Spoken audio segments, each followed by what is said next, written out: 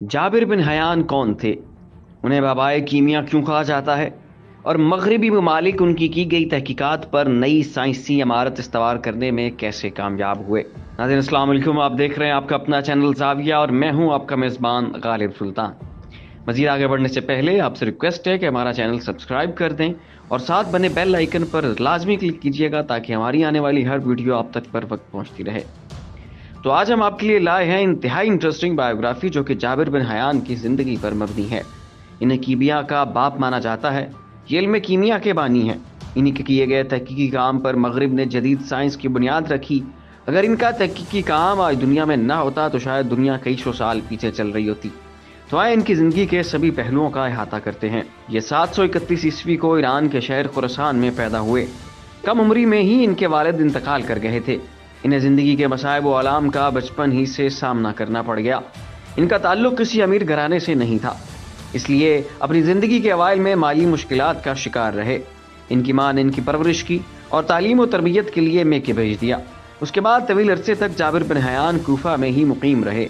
उन दिनों कूफा में हज़रत इमाम जाफर सादिक ने एक मदरसा बना रखा था जिसमें वो नौजवानों की इल्मी ज़रूरतों को पूरा करने के साथ साथ उनकी रूहानी तरबियत भी किया करते थे।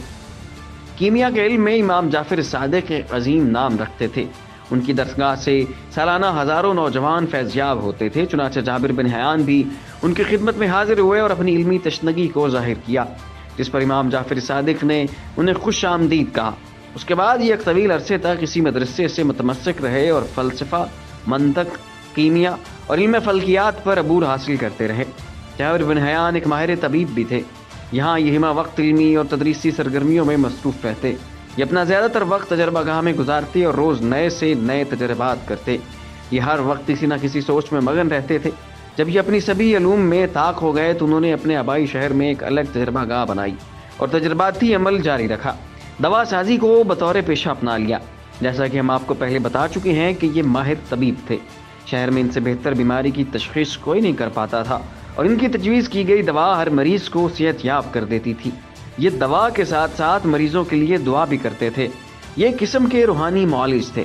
एक दफ़ा वक्त के खलीफा हारून रशीद के वज़ीर आला यहया बरमकी की बीवी किसी आर्जे में मुब्तला हो गई। वज़ीर आला कसीर मालो मता का मालिक था। उसने अपनी बीवी को दुनिया जहान के सभी तबीबों से चेक करवाया, लेकिन वो कहीं से भी सेहत याब न हो सकी। वज़ीर पूरी दुनिया के तबीबों के सामने घूम फिर चुका था और कोई भी उसकी बीवी को सेहतमंद करने में कामयाब नहीं हो पा रहा था। उसकी बीवी उसकी आंखों के सामने हर वक्त तड़पती रहती थी और ये बेबस बैठा उसे देखता रहता था। फिर याहिया को किसी ने जाबिर बिन हयान के बारे में बताया और अपनी बीवी को एक आखिरी कोशिश के तौर पर उसके पास ले जाने का कहा। याहिया, जो कि दुनिया के सभी तबीबों को अपनी बीवी दिखा चुका था, अब उसे अपने शहर के किसी भी आम से मौलिज पर ज़र्रा बराबर भी एतमाद नहीं था। उसे लगता था कि शायद उसकी बीवी का मर्ज लाइलाज है और जिसका इलाज मुमकिन ही नहीं है, और वो इस मामले में अपने मोहल्ले के किसी आम से तबीब पर बिल्कुल भी एतमाद नहीं कर सकता था। तो उसने जाबिर बिन हयान के पास जाने से इनकार कर दिया। लेकिन फिर अचानक उसने अपना फैसला बदला, अपनी बीवी को साथ लिया और जाबिर बिन हयान के पास एक आखिरी दफ़ा पहुँच गया। वो अपनी बीवी को जाबिर बिन हयान के पास ले तो गया, लेकिन इस बात पर उसका यकीन था कि जाबिर कुछ भी नहीं कर पाएंगे। वो तो बस अपने दिल का बोझ हल्का करने आया था कि कहीं मेरे दिल में ये बात रह न जाए कि मैंने ये आखिरी कोशिश नहीं की थी। जाबिर बिन हयान ने याहिया की बीवी की पेशा वराना तरीके से बीमारी की तशख़ीस की, एक मौसर दवा तजवीज़ की, इसे बाद में उन्होंने खुद ही बना कर दिया। लेकिन आप यहाँ ये बात सुनकर हैरान होंगे कि याहिया की लाइलाज करार दी जा चुकी बीवी जाबिर बिन हयान की तजवीज़ करदा दवा खाकर सिर्फ चंद ही दिन में सेहतयाब हो गई। जाबिर बिन हयान के इस कारनामे ने उन्हें पूरी शहर में मशहूर कर दिया। उसके बाद ये अपने मुल्क के अजीम तबीब, साइंसदान और माहिर फल्कियात के तौर पर पहचाने जाने लगे। इनके इस मार्के ने उन्हें हारून रशीद की नज़रों में बुलंद बाला कर दिया। अब ये मुल्क के शाही, इल्मी और अदबी हलकों में नुमाया नजर आने लगे। उसके बाद ये तवील अरसे तक सोना बनाने के तरीकों पर सर्च करते रहे, लेकिन कभी सोना बनाने में कामयाब न हो सके। इन्होंने धातों के अज़ाए तरकीबी पर भरपूर सर्च की। उन्होंने बताया कि सभी धातें सिर्फ दो किस्म की अज़ाए तरकीबी से मिलकर बनी हुई हैं, जिनसे मुख्तलिफ धातें बनाई जा सकती हैं। मज़ीद उन्होंने बताया कि धातों के मुख्तलिफ अज्जा होने की वजह अज्जाए तरकीबी का मुख्तलिफ होना नहीं है, बल्कि धातें इसलिए मुख्तलिफ बनती हैं क्योंकि इनमें मौजूद इन दो किस्म के अज्जाए तरकीबी का तनासुब और मकदार मुख्तलिफ होती है। इसके बाद इन्होंने तहकीकी काम करने के लिए मुख्तलिफ किस्म के आलाजात बनाए जो कि ताहाल राइज हैं।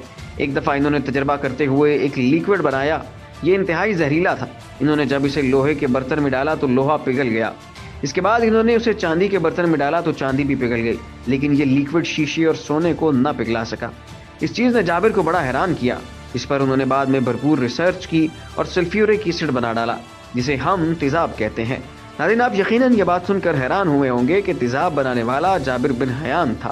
اس کے بعد انہوں نے گندھک کا تیزاب بنایا، پھر انہوں نے کرسٹلائزیشن کا طریقہ بتایا۔ انہوں نے مادے کی 3 اقسام میں درجہ بندی کی، جو کہ نباتات، حیوانات اور معدنیات پر مشتمل تھی۔ معدنیات کو انہوں نے پھر 3 حصوں میں تقسیم کیا۔ معدنیات کی پہلی قسم وہ ہے کہ جو بخارات کی شکل میں اڑ جاتی ہے، اس کی دوسری قسم پگھلنے والی اشیاء ہیں، اور تیسری قسم میں گرم ہو کر پھٹ کر سرما بن جانے والی اشیاء شامل ہیں۔ انہوں نے 200 سے زائد کتب لکھی جو کہ کیمیا کے علاوہ منطق اور شاعری پر بھی مشتمل تھیں۔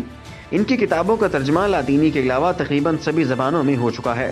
18ویں صدی تک انہی کی لکھی گئی کتب نہ صرف مسلمان ممالک میں بلکہ مغربی درسگاہوں میں بھی پڑھائی جاتی رہیں۔ کیمسٹری کے علم کی موجودہ عمارت انہی کی فراہم کردہ بنیاد پر استوار ہے، اور اگر دنیا میں ان کا تحقیقی کام موجود نہ ہوتا تو شاید آج ہم کئی سو سال پیچھے چل رہے ہوتے۔ جابر بن حیان ایک مذہبی انسان تھے۔ یہ مذہب سے بے پناہ عشق کرتے تھے اور دینی اقدار کے محافظ تھے۔ دنیا انہیں الازدی، الکوفی، الصوفی اور الطوسی کے نام سے بھی جانتی ہے۔ مغربی دنیا میں انہیں گیبر کے نام سے جانا جاتا ہے۔ ان کی نمایاں کتابوں میں the works of Jabir, the alchemical books of Jabir اور Jabir's best writing on all chemistry شامل ہیں۔ مسلم امہ کا یہ عظیم سائنسدان 826 عیسوی کو دمشق میں دار فانی سے دار بقا کی جانب کوچ کر گیا۔ ان کا کیا گیا کام ہمیشہ ہمیشہ کے لیے انہیں زندہ کر گیا ہے۔ یہ سبھی مسلمانوں کے لیے باعث فخر ہیں جو کہ عصر حاضر میں مسلمانوں کو جاہل ہونے کا طعنہ دینے والوں کو خاموش کروانے کا مجرب نسخہ ہیں۔ اگرچہ یہ بات سچ ہے کہ اس وقت مسلمان سائنسدانوں کی تعداد کم ہے، لیکن مغرب کو یہ بات نہیں بھولنی چاہیے کہ ان کی موجودہ تحقیقات ہماری فراہم کی گئی بنیادوں پر ہی قائم ہے، اور سب مسلمانوں کو بھی جابر بن حیان کی زندگی سے سبق سیکھتے ہوئے سائنس کی دنیا میں تحقیقاتی کام کرنے چاہیے، جس سے نہ صرف ہم نیشنل انٹرسٹ کا تحفظ کر سکتے ہیں بلکہ عالم اسلام کو درپیش مسائل کی بھی خونی بھی کر سکتے ہیں۔